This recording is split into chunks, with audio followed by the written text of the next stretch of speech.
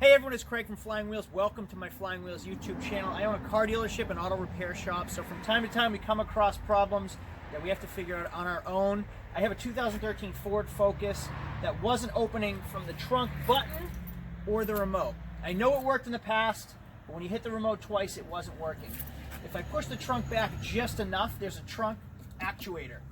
The light would go off. So there's a light under here that would come on or come off. So I knew that there was still power to it, and I'm trying to trace everything.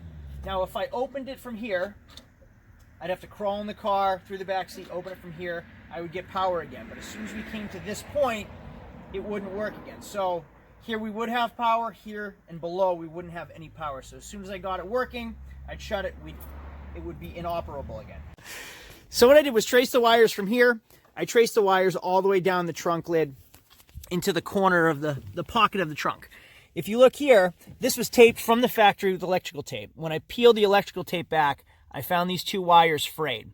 So I just jumped the wire with a connector just to test it, and I got power and the trunk was operating again. This is a common problem in these Focuses for some reason. The opening and closing stretches the wire, and then I guess it gets frayed and then breaks apart. So I am going to use some butt connectors, connect those wires again, and we have power. So we test it out, double click. Trunk opens. We've tested it from the button as well. Everything works. We fixed it. We found the problem. If this video was at all helpful, do me a favor, give me a thumbs up so other people get to see the same video when they have this problem. And otherwise, subscribe for more cars, tips, and tricks. Thanks, everybody. Adios.